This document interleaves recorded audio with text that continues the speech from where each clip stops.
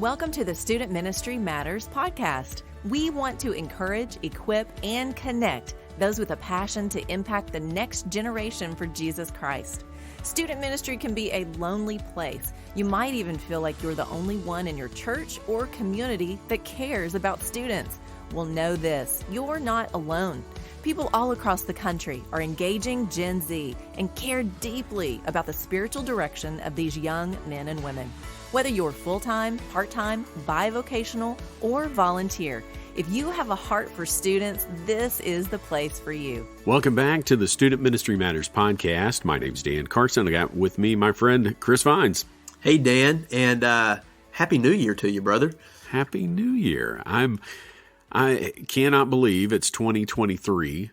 There's a lot of things happening in my life. Hopefully, this year will mark the graduation of my daughter. She's supposed to graduate from CBC at the end of this year. And then hopefully I'll graduate from seminary at the end of this year. But that's still awesome. up in the air. So that's awesome. Hey, you know, that CBC place, I heard that they sponsor a really cool podcast. They do. The Student Ministry Matters podcast. We love our podcast partner, Central Baptist College. They are challenging, engaging, and inspiring. And if you have a student trying to figure out what's next for their educational journey, whether they have a desire to be a teacher, an accountant, a scientist, a doctor, or serve in ministry, CBC is the place for them. So have them check it out. Go to cbc.edu, contact their admissions staff, and they'd be more than happy to schedule a visit or just spend some time on the phone talking to you about what they offer there at Central Baptist College. Right now, as this podcast released, we're still haven't got quite to homecoming 2023 for CBC, and that's always a fun time. One of the great things is that we actually, my wife and I and others that set it up, we have a endowed scholarship that honors my father. He's since been promoted to heaven. And so, but my daughter has actually received that scholarship. So they sponsor a breakfast where I get to have breakfast with my daughter. So I'm always excited about that. That's fun. Yeah. Well, listen, Chris, we want to hop into our conversation today. We're talking about retreats. We're going to spend at least a couple of episodes talking about that. I think that's a valuable and important area that a lot of student ministries have, I don't want to say neglected because it's not a fit for everybody. But they have said, well, I don't know about that. I don't understand what that might look like for us. And so I thought it'd be good for us to talk about what a retreat could be and what it could do for our student ministries. And so today we're going to talk about really what retreats are and the value of those retreats. And so we just want to spend some time with that. Let's just hop right in though. What are we talking about when we say a retreat? How is that different from going to church camp or going to a conference or even a D-Now weekend? Yeah, so I think that's a great question. And, you know, as I think about it and have thought about it, I feel like depending on where your church is and maybe what the culture is around your church, the context rather around your church, you might answer that question a little bit differently. But I think it is worth our time to just think about, okay, we hear all these different kinds of youth events. So a Discipleship Now weekend, you said it, a camp, a conference, you know, a lock-in, which is a curse word, as you've heard me say before. But nonetheless, you've got all these different types of youth events. And then, you know, of course, you've got mission trips and all these. So like, what is a retreat? And again, what's the value of it? What's the purpose of it? Now, for us in Arkansas, we live in the natural state. And so when we think of retreat, we probably, Dan, have a similar image that comes to mind. We might think of, you know, a cozy cabin with a fire lit and maybe have some outdoor space to be able to do s'mores and basically just opportunity to get off the grid, you know, and to be able to get into a place where there's no cell service and to be able to just, you know, get silent and have a reflective place. And so I think that plays a large part. Of course, as we get into this conversation in part 2, we'll talk about some logistics and, you know, content and that kind of thing. But for now, I think it's just the definition I would give and the way I would distinguish a retreat from, say, like a D-Now or a a conference, it really has to do with the place that you have it, and really who is there. So I would say where and who have a lot to do with the definition of what a retreat is. The where doesn't have to be a cabin. It doesn't have to be, in a cozy place. It doesn't have to be, in the winter. That happens to be when we try to do our retreat, is when it's cold outside, just because I think there's something about sitting around a fire and having that type of environment. But we do look to go to places where it's off the grid, right? And so, and that gets me to the who, which is usually our group. I sometimes invite maybe another local church that has a smaller youth group to just come and join us as well, to just have some camaraderie there. But I want the retreat. I think the retreat needs to be for your group. And one of the emphases of a retreat would be the fact that you're getting off the grid. And so no cell phones. The purpose of this is to actually retreat away for a short season, for a short time, to be able to recenter and to be able to even revive, and renew our hearts and our minds around God's word, around what God has in store for our lives in the time and place that we find ourselves, and ultimately to be able to come back refreshed and renewed to serve Him and to pursue Him in a very eager way. I think about, of course, our setting. We live in Arkansas. I live in Northwest Arkansas. Chris lives in, I guess that's Southern Arkansas. Is that? Oh yeah, you don't get any further south than where we are.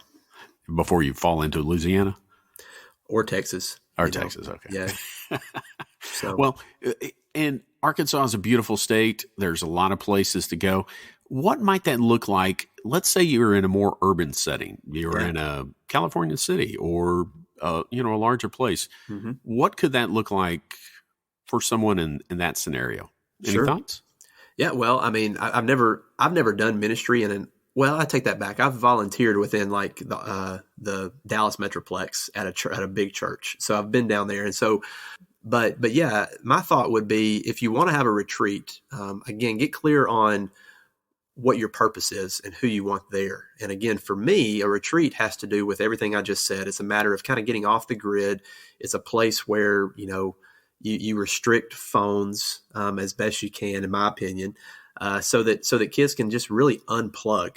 And so I would, if I were in that kind of scenario, that kind of setting, I would first just kind of look around me, like within maybe a 3-hour radius. Are there any kind of retreat centers? Are there any kind of places that I can go, and do that? And so if there are, then I start exploring those options. How much are they going to cost? Because some places are really expensive. Some places are a little bit more reasonable, and you've got to factor all that in.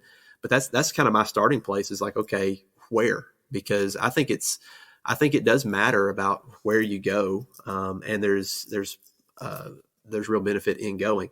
That said, if maybe the nearest place to go is, just too far to travel for you, then that's when I start thinking more of, okay, well, how can I kind of create this space within my context, right? And that gets into the conversation of, all right, can I utilize the facilities of our church in a particular way?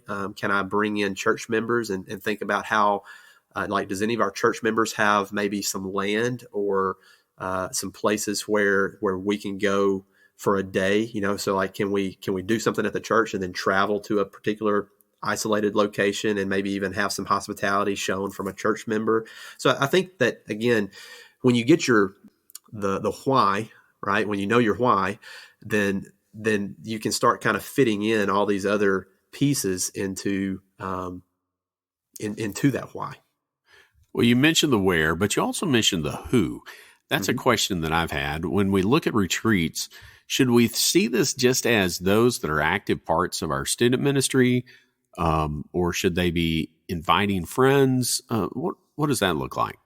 Sure, that's a great question, and I don't know if I wouldn't say that I have the definitive voice on that, but I know, like, for me, again, the purpose of our retreat is really for our group. Now, if a kid wants to invite a friend, I don't tell them not to. In fact, I've got that question coming, even now about an upcoming retreat that we're doing. We'll do a retreat here in about a month in the first weekend of February, and going, again, to a location that I'm really excited about. And we've got some kids that I know they're going to want to bring a friend to that. But I really try to keep it small. I try to keep it to a certain number of kids if I can, because of what I want to do there. I want to be able to challenge them to unplug. I want to put them into really some smaller groups of 3 to 4 at the most, where there can maybe be some really good conversations and reflection happening. And so there's just all of that plays into the who as well. So if you do that for, say, if you try to do 5 churches and you try to get 150 people there, to me, you're now getting into more of what I would consider a camp type setting, where you're having to just manage a lot more people.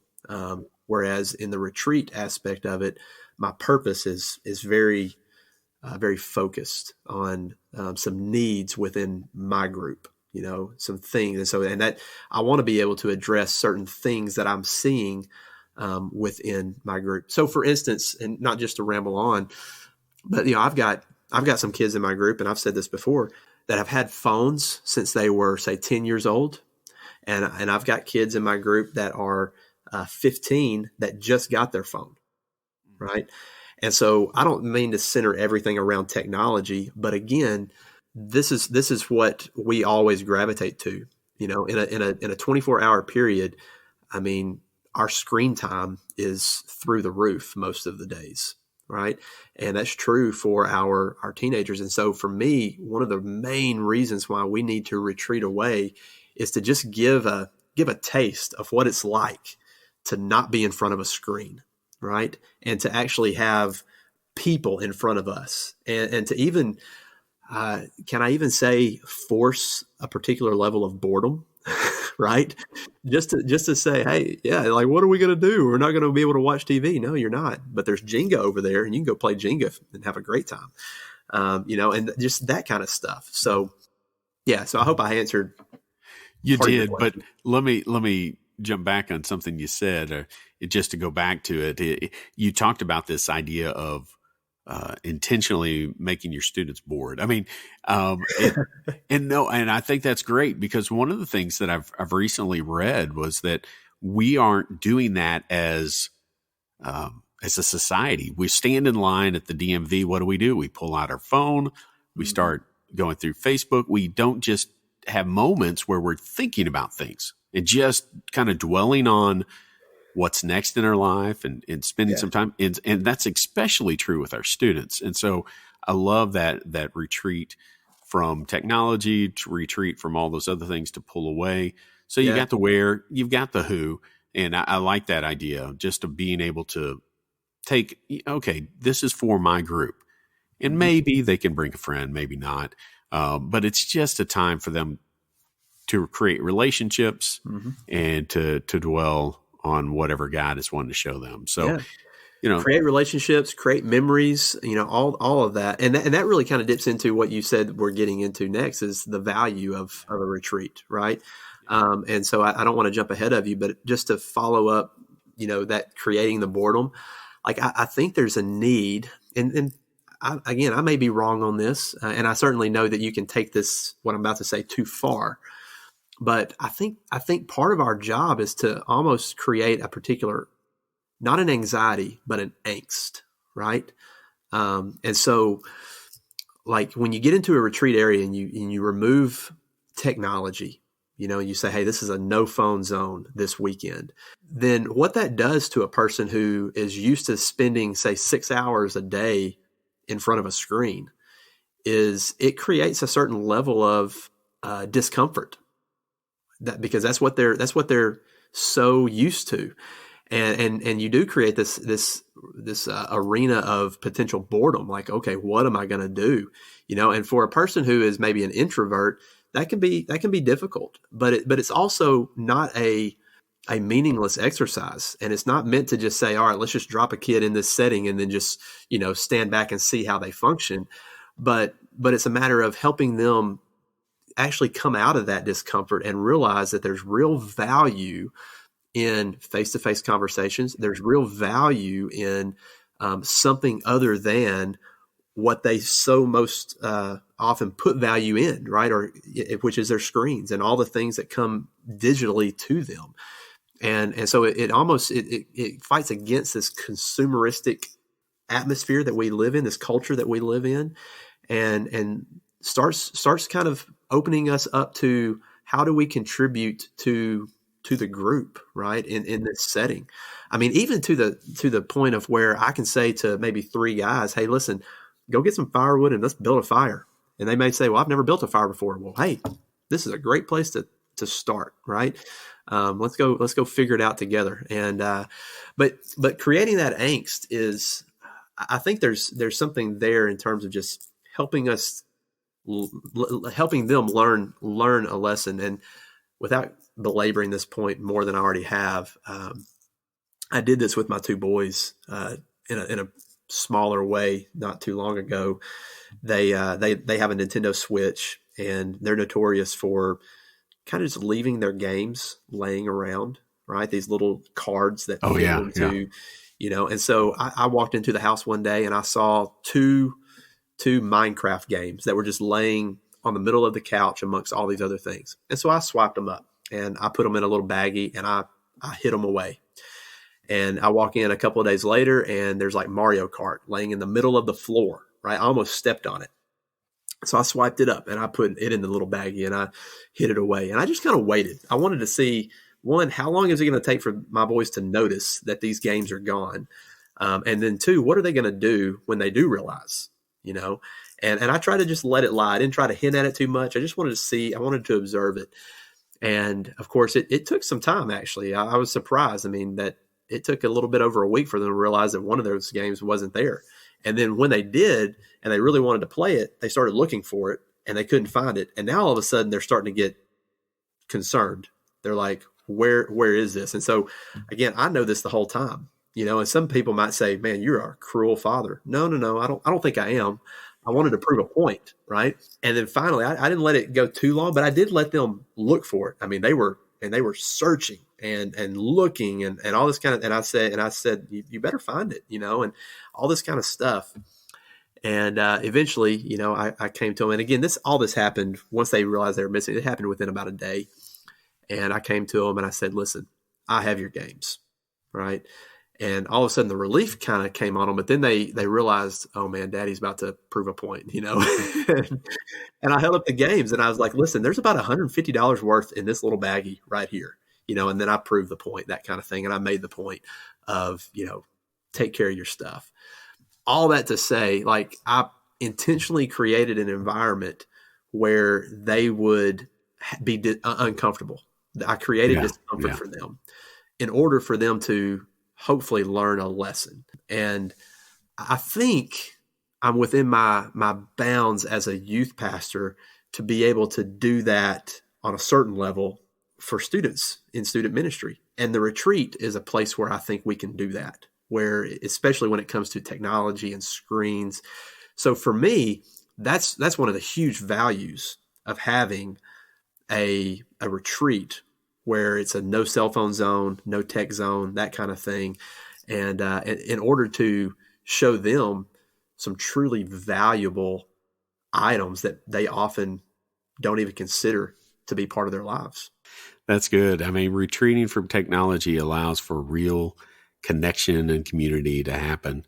I know that in a smaller way, we would, on our trips to SOAR, we'd have usually a 6-hour drive, and we would tell them no headphones so that they could spend that same sort of time. So it was a little retreat in a van until they decided that Nerf guns were a great thing for van trips. So yeah.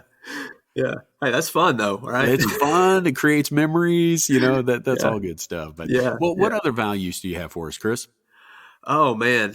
The value of getting other people involved, I think is so crucial to a good retreat. So I told you we're getting ready for a retreat. We're about a month away, and so trying to get everything in order is a process, and it's one of those where as a youth pastor you have to realize you can't do everything. Like you need help. Like I need adults there. I need people there. So like there's, I've got a speaker coming. I need small group leaders.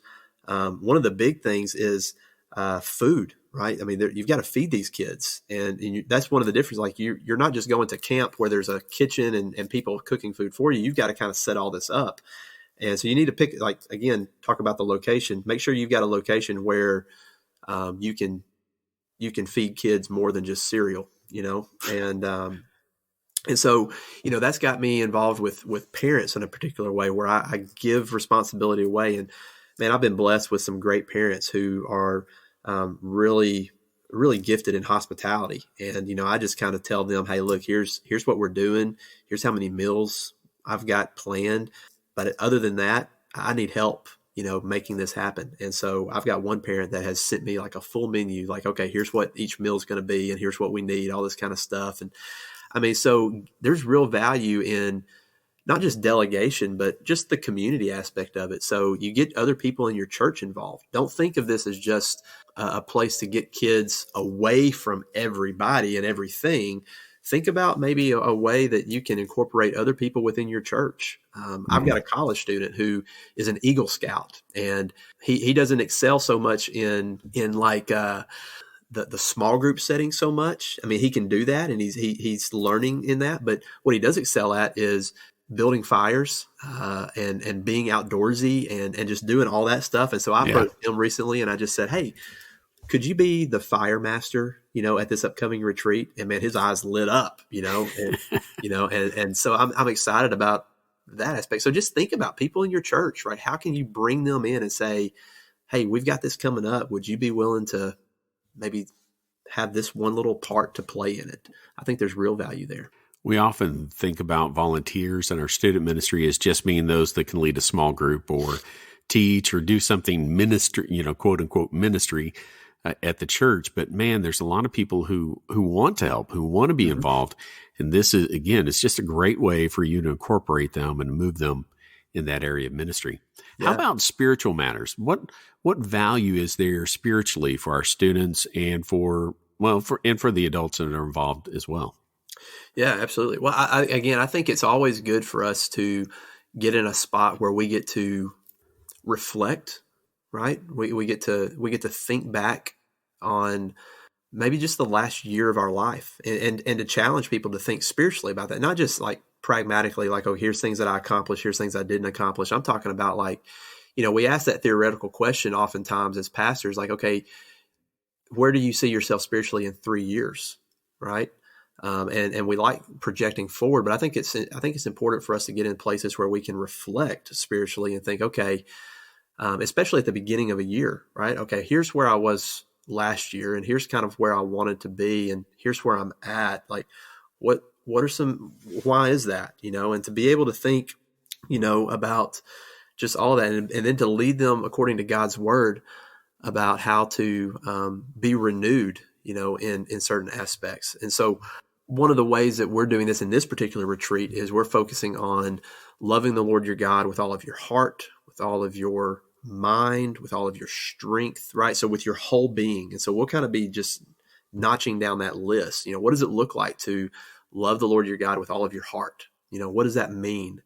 And then to think about using our minds. And so that's going to all come into play as in a reflective nature, but then also moving forward out of this space. Once we get back to the world where there are all these distractions, how can we maybe, carve out time in our day to be able to always be putting the Lord in our midst? What does it look like for us to not just say that we want Christ to be the center of our life, but to really live with him as king and to have him at the center of our life. So I think all of that can be almost in a resetting kind of way be done at a retreat.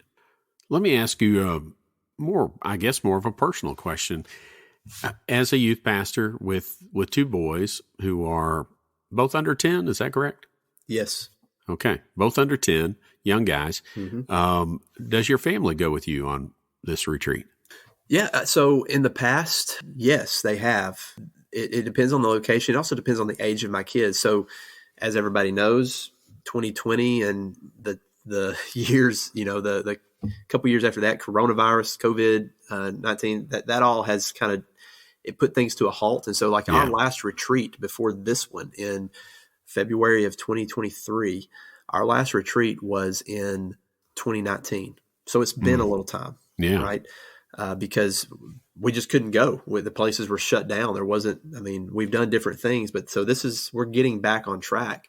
But yes, so I say that in the past, yes, they would come and be a part of, and just be there, right? Be hanging out, that kind of stuff.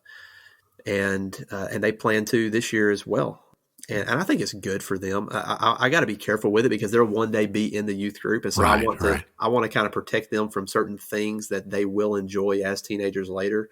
But I think, one of the, whether it's right or wrong, one of the fringe benefits of being the youth pastor's son or kid is that you usually find yourself in places that other kids your age maybe don't find themselves yet. Yeah. and this is one of those places where it's just, personally, it's easier for my wife and for me, for us just all to be there. But it also depends on the time of the year and all that kind of stuff. But I'm not afraid to bring them. I was just curious. I know that especially if you're dealing with part-time bivocational volunteer student ministry workers, if you're planning out a retreat, you may have to bring your children with you if they're under youth group age. But I don't see a huge problem with that. And, there may be others that have a difference of opinion. With me, it worked out on the other way. My kids normally didn't go with me on a lot of those things, but just because of where they were at, they were a little too close to that youth group age for it until they were in. And so, well, we've talked about what a retreat is. We've talked about the value of retreats. The next time we come back to this topic, we're going to talk about some of the content and the logistics dealing with a good retreat. And so we just wanted to get you thinking about it. If you haven't had a retreat, or if you want to be thinking about one, you need to think in advance. You need to spend some time dwelling on what's best for your group, time of year, all of those things together. But we want to spend time thinking about them because it's important. Just like all these other things, we want to be intentional. We want to take time. We want to see if there's something there for our group in that type of setting for ministry.